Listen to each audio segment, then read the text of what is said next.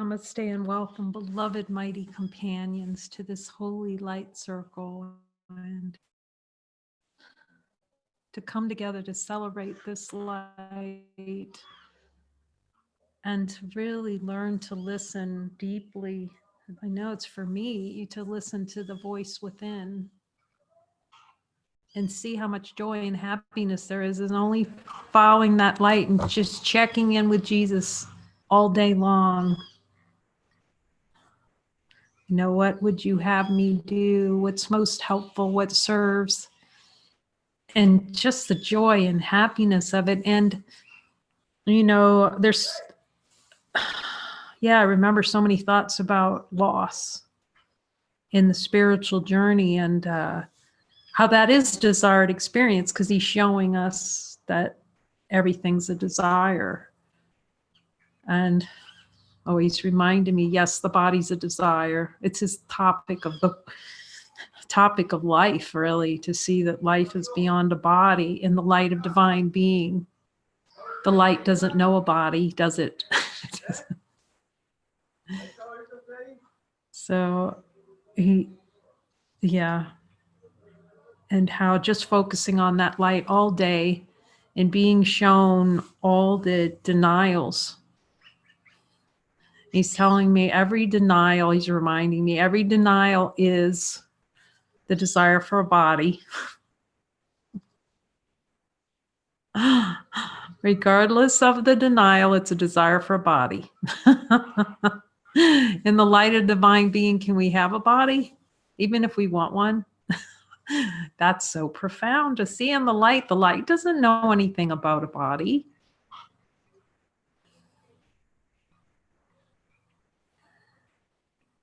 You can't find a body anywhere in the light when we look. Infinite light, no object.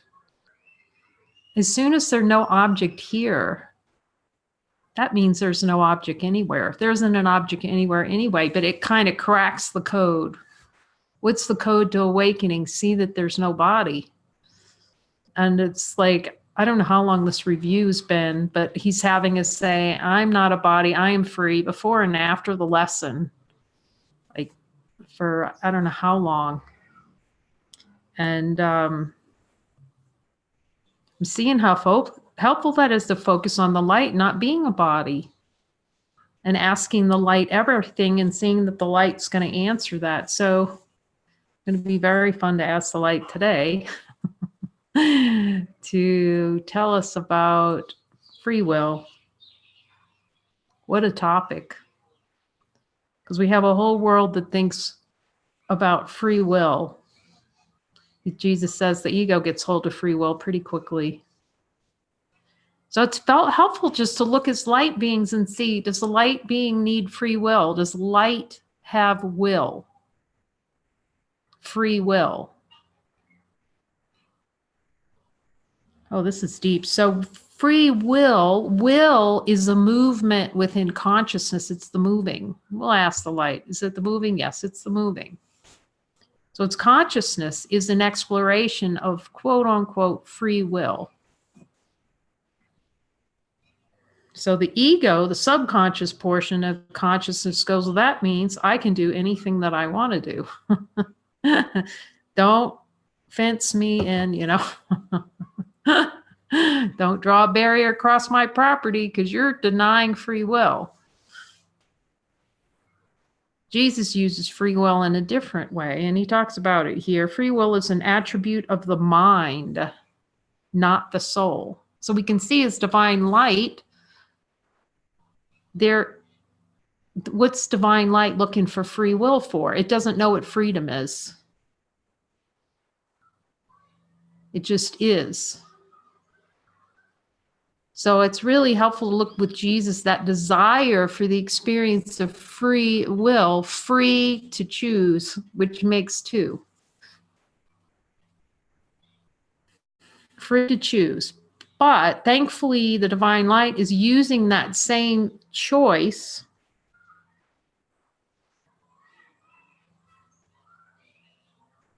to choose for the light. It's rather than against the light, which the ego is choosing, using free will, quote unquote, to choose against, for an experience against light, against infinite being. That's why he says choose again.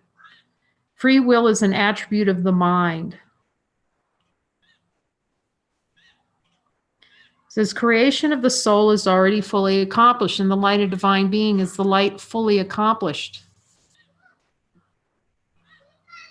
The mind, if it votes to do so, becomes a medium by which the soul can create along the line of its own creation.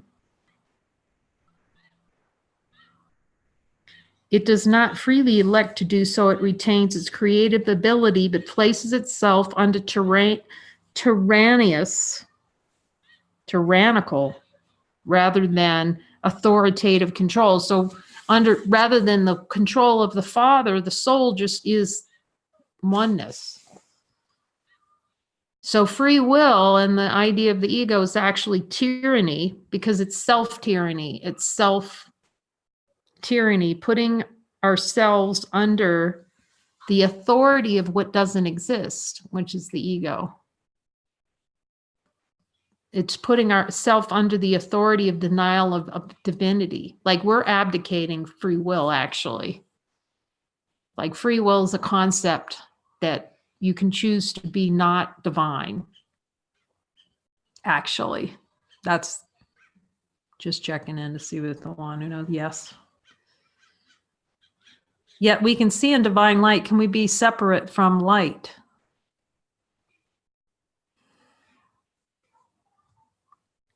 Is the light looking to be separate from anything? It just is. So divine nature, infinite light. Infinite light transmutes that play in consciousness of free will. One, to show there's none. And two, even if we wanted free will, we could never be happy with the will separate from what's infinite. In the play in consciousness, free will is a play in consciousness. I'm checking in with Jesus. He says, yes, we can see that. We can ask the light and everyone can see it. Is free will a play in consciousness? See what the light says.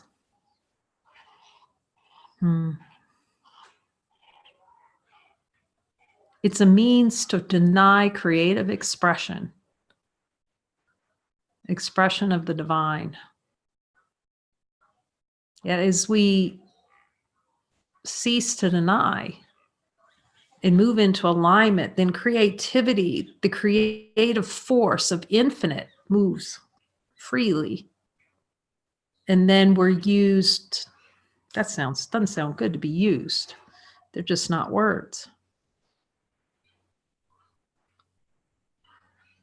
It's a movement of love. We see that we're the song of love rather than the denial of love, that an experience of pain and suffering and hatred and self-denial, denying all that we are, pretending to be a body. So we move beyond a body to divine expression, the celebration of light. That's love celebrating. Love celebrating itself is creation.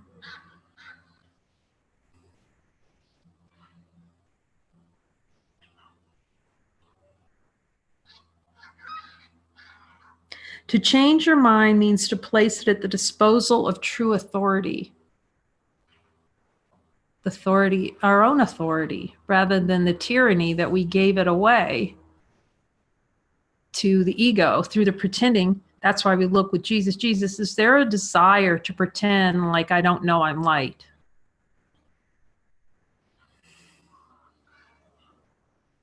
That I'm it? It may have cleared. That may have cleared. But in order to really have an ego, the egoic experience, we have to play. There has to be a decision in the mind below the level of awareness to say no to light, to value the no to light more than the light. It doesn't change the light. It's just our experience of the light. We'll experience hell, actually. The miracle is thus a sign that the mind, consciousness, elected to be guided by Christ in his service.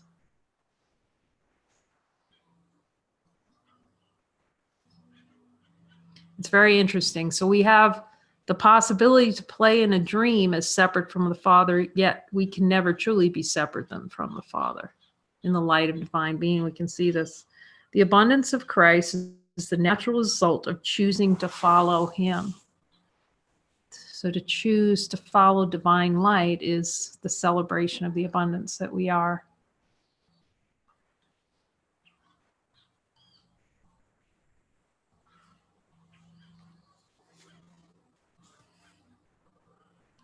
It really is seeing that we can never be free as long as we believe we're a body. In the light of divine being and honesty of God, can we ever be free if we believe we're a body? And hear what the light says.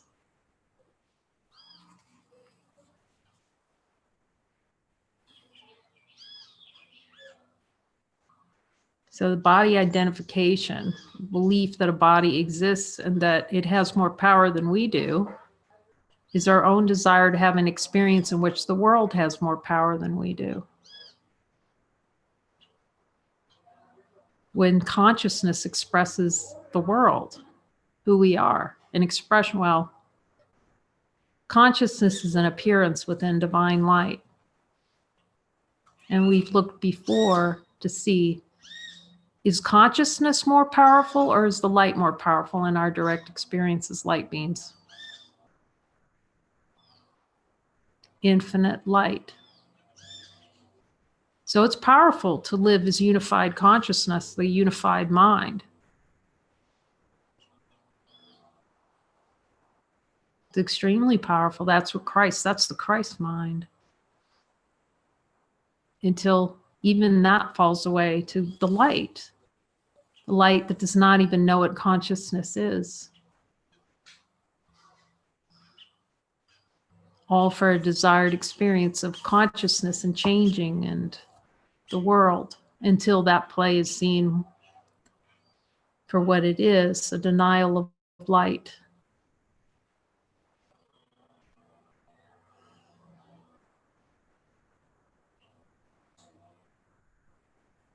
So Jesus, will you show me all the desires today that have denied divine light, any desire for a body, which would be a twitch. A twitch is a desire for a body experience. And to put, he's reminding me to look and look for that desire to put something outside of myself, putting something out. See where you're, so I'm willing to see that, where that is. He says, as long as you're putting things outside of yourself, you can't fully see love, because love doesn't put anything outside itself. Does the light put anything outside of itself in our direct experience as light beings?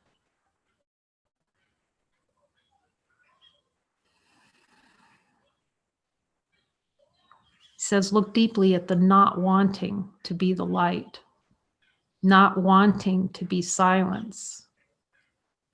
And just see when those tensions come up and look so deeply at them to start to see the I don't want, which means I want. I want to be, I don't want to be the light. I want an experience that is not infinite light. I want it. I want to be a body. That's what pain is. Oh, pain is saying, I want to be a body.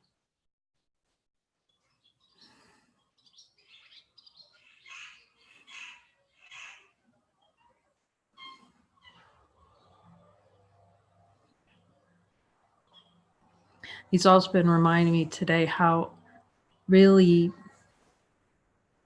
happiness, supreme happiness, and he says that in the Course, anything other than supreme happiness, or close to that quote, I love supreme happiness. Supremely happy is a denial. And he's reminding me that is a desire for a body. Anything other than supremely happy. Now that's really deep. is a desire for a body experience. That's rather comprehensive of everything. That's why to be under Christ's guidance or Christ's control, the ego makes it sound really horrible.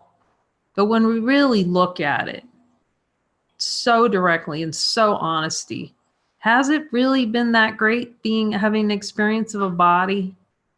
Really? I'm starting to see, he's starting to show me that direct, like really, if you look at every experience you've ever had in a body,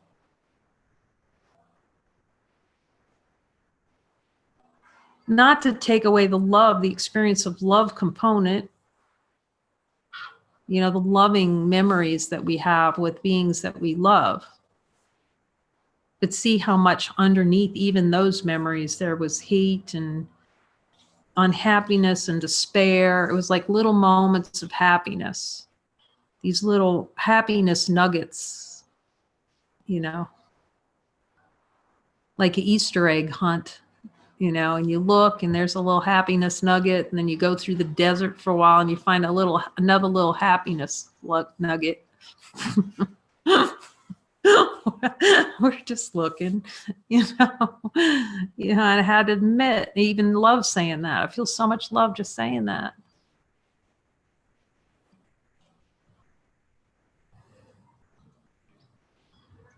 Because it's not to judge myself. It was infinite love expressing as it was in every minute that that's full love expressing. But the idea of it not expressing and being in the dream and all the suffering that brings in, I felt massive. Is it helpful to look at that? And I asked Jesus, he said, yes, it's really helpful to look at that. Just so that like Ajasanti says, putting pearls on a pig. Because we never really look directly at exactly what's happening. There's so many distractions in the world. We don't really look at if I really gotten what I've wanted out of the desire to be a body? Really? Certainly not supreme happiness. It was like I can see being content with so little when this happiness is so vast and,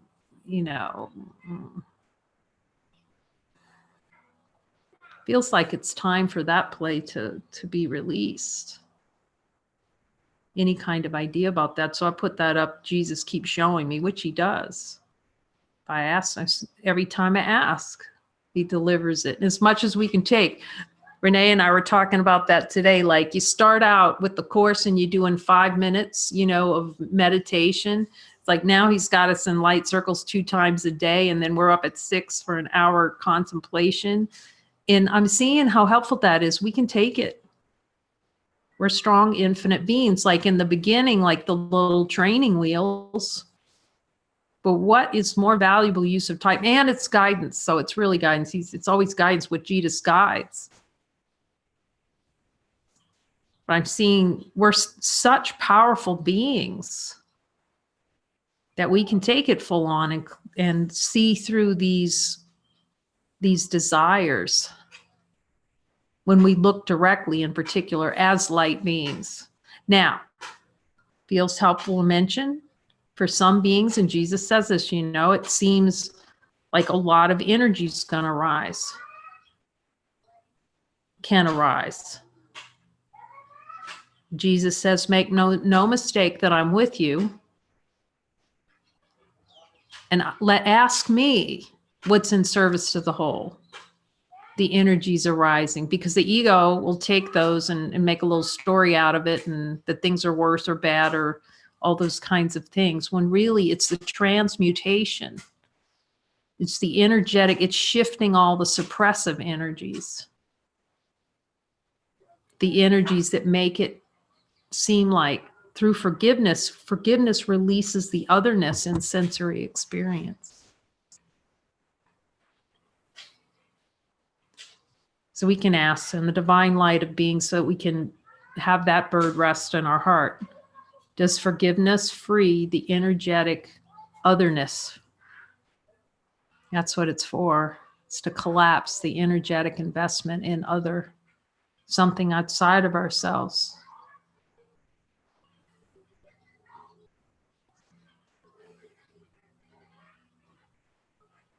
Like the density, the body becomes more light. It's not this dense, hard object that's vulnerable, and we feel like we're being attacked every 5 minutes. It's the melting away of that. We're not looking for attack in everything. Yet in a funny kind of way, it seems like we're being attacked more, because we're much more attuned to when the twigs are showing up. It's like I've been forgiving my brains out, and I'm feeling tension every time somebody opens their mouth.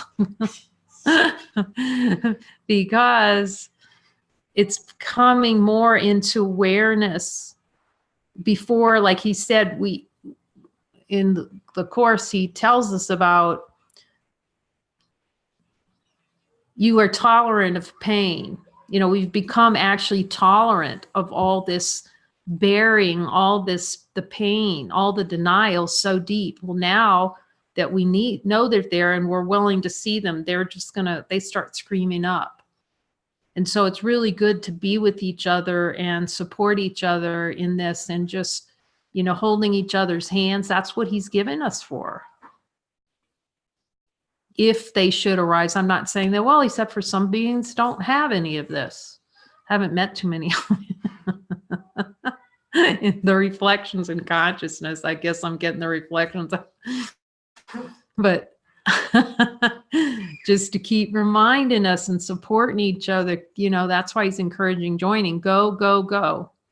Go for God, go for God, go for God. And that it's so worth it. And the level of happiness just gets more and more and more and more happy.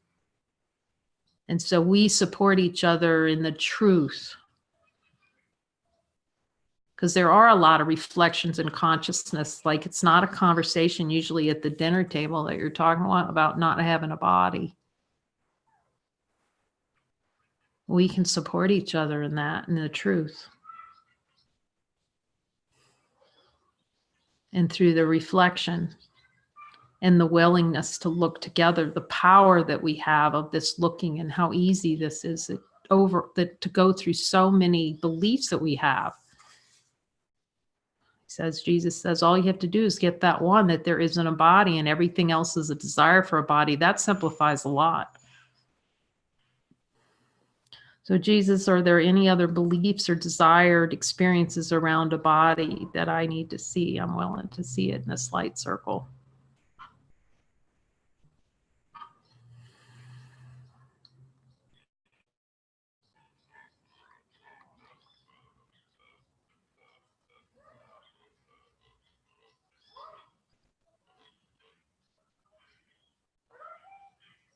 He's just reminding me so lovingly that we're so carried by everything, by this love in our holy purpose of coming together.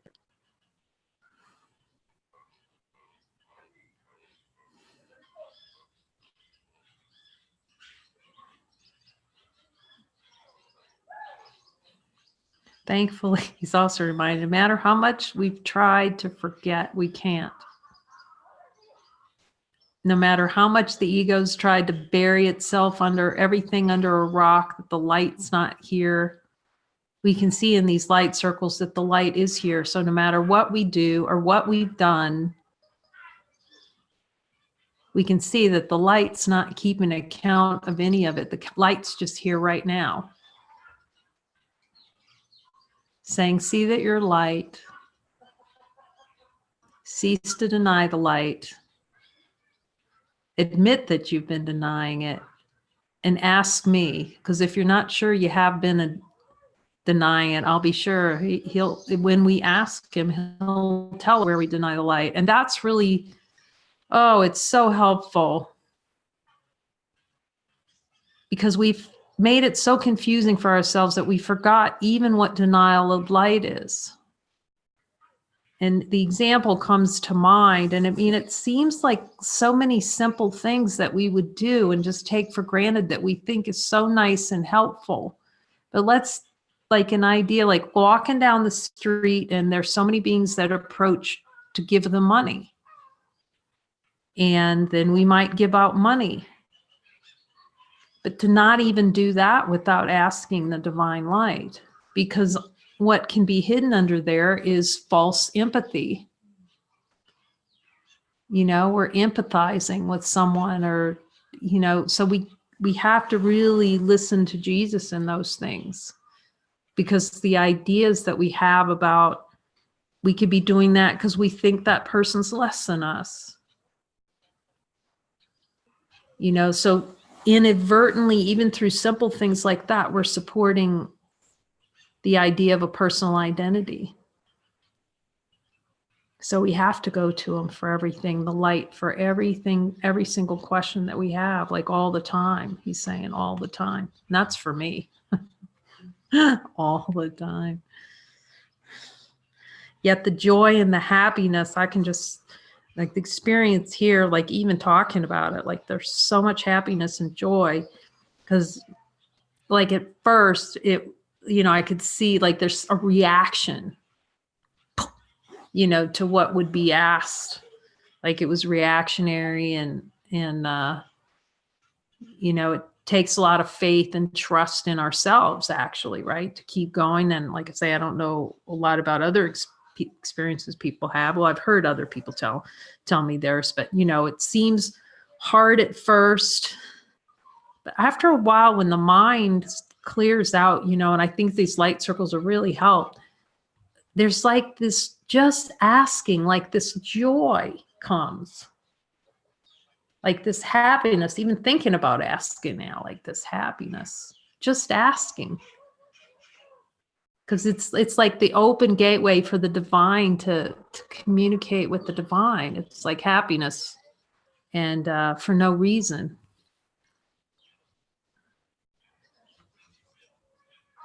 And then, you know, that it kind of snowballs, because it's reinforcing to have that happiness. At first, we so need each other to go, no, keep going, because it's like, Jesus, this is friggin' not feeling that happy, right? At first, that's the experience here, like cursing Jesus. What are you doing to me? You're stripping me down. But the experience here is he's fulfilled every promise. There hasn't been one thing in the course that he hasn't fulfilled. I can't say that about too many things that I've read in life. And he fulfills the greatest one to remind us that we're infinite light. And that the stronghold that the body seems to hold, that's like holding over our heads. We put a club over our heads about a body dying, a body falling apart, a body, you know, something horrific happening to a body, and we can't live. We're not living. We're like the walking dead. That reminds me of the movie of Warm Bodies, and if you haven't seen it, it is so hilarious. Especially the opening scene is just worth the 5 minutes that you would spend to listen to it, because you can hear how we really think, because he's thinking in there. You can hear his thoughts in there about being dead. It's pretty funny. It's so beautiful to join every day to celebrate the infinite love that's here. God is in everything I see. God is in everything I hear. God is in every word that's spoken. And really, how much I honor my brother who stepped into it, to really step into the fire of truth. Because it can feel like a very at first, because there's so many denials. So it can be a very hot fire. But as Muji says, it's a fire that will burn everything, but it will not burn you. As long as we're focusing on the light, we see that no matter what's arising in consciousness, it is not more powerful than the light that's here. And that it takes consciousness, any movement takes a back seat to the light, to infinite light. And keeping that in mind when that fire seems to be raging, at least it's been very helpful here. Because staying with the light, then there's not the same energetic investment in keeping the fire burning, and the fire has to burn out. And see that the light cannot be overrun by anything that's moving in consciousness. Then we can't be tilted anymore. We can't fall over because we see, okay, there's confusion rising, but there's still light here. There's frustration rising, but is the light still here? So rather than focusing on the exception, we're focusing on what never has an exception. Infinite light does infinite light have an exception anywhere in our direct experience? Can we find a place where there's no light? So that is the place of no exception. And therefore, we should make no exceptions ourselves to that light.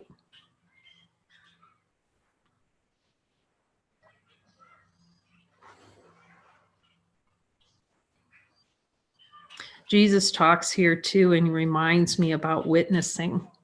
And I really didn't see how important that is.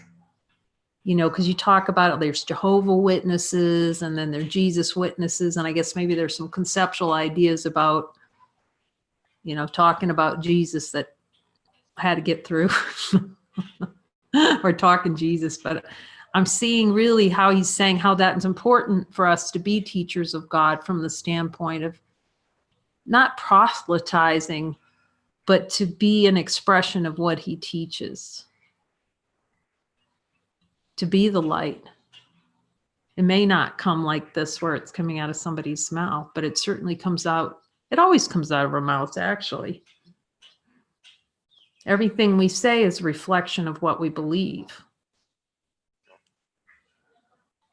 But just to be the reflection, be the light in the world, that we're meant to be the light bearers. It's our only function. It seems simple, that kind of witnessing.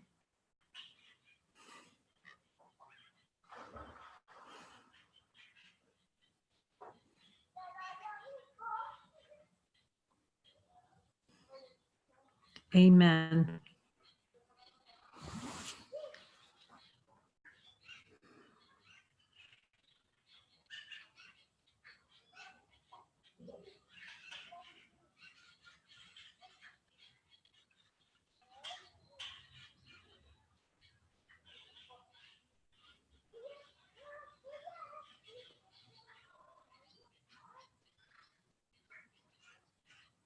Thank you for joining us in the light. Jesus is promising this is very quick. Amen. Good use of time.